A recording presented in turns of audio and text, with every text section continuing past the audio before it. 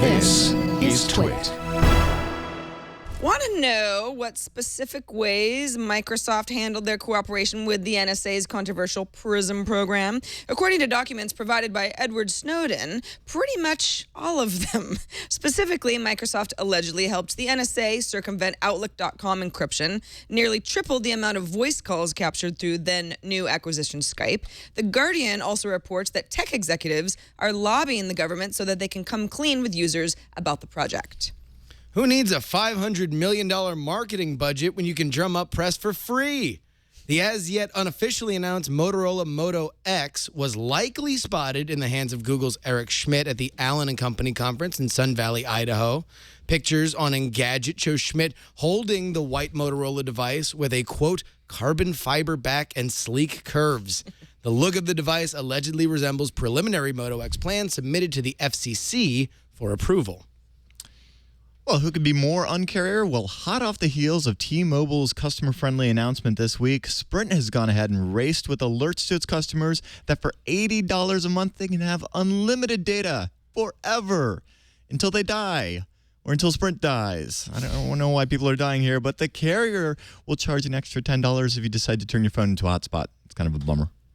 Hey, shut up and ship.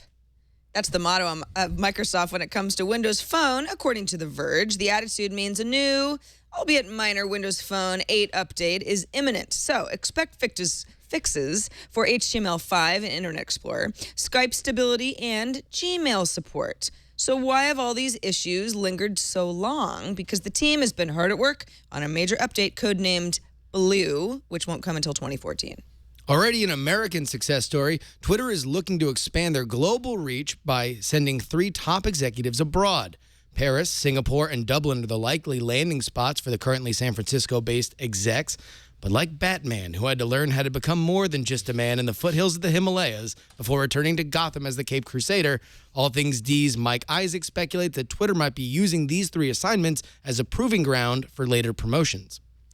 Verizon could face up to $14 billion in unsold iPhone purchase commitments in 2013 if a report by Bloomberg is correct. Now, this stems from a deal Verizon made to carry the smartphone, and under a multi-year deal signed with Apple in 2010, Verizon Wireless is obligated to buy $23.5 billion worth of iPhones in 2013 alone.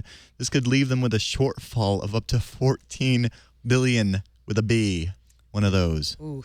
Microsoft is planning to cut the price of its Surface RT tablet, say sources familiar with the company plans, and may happen as early as next week, with each model being cut by $150.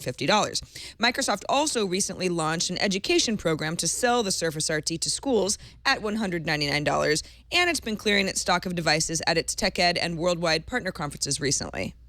Twitter is relenting in turning over user data on anti-Semitic tweets to French authorities. Tweets including a hashtag that translates to "the only good Jew is a dead Jew" were taken down after being published last October. Twitter was then compelled by the French court to turn over the user data for those tweets in January, and after dragging their feet, were hit by a $50 million lawsuit.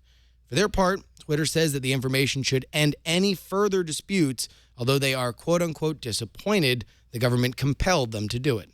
AT&T and Verizon have tried but failed to block French telecoms regulator ARCEP from examining their secret interconnection agreements. The ARCEP worries that little tiffs between bandwidth providers and ISPs may erode the quality of popular web services for French consumers.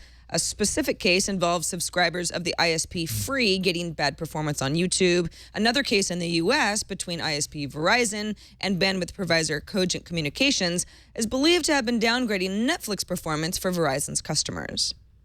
Congrats to Foxconn. They posted revenue of $30 billion in the second quarter of 2013, chalking up a 0.6% increase over the same period last year. It's not a huge boost, but it's above expectations of over 13 analysts in a Bloomberg compilation, and it may hint that Foxconn's efforts to reduce its reliance on Apple may be working out. Foxconn's most widely known as Apple's largest supplier, but Apple has been diversifying its supply chain and outsourcing parts of its iPhone and iPad production to another manufacturer, Pegatron.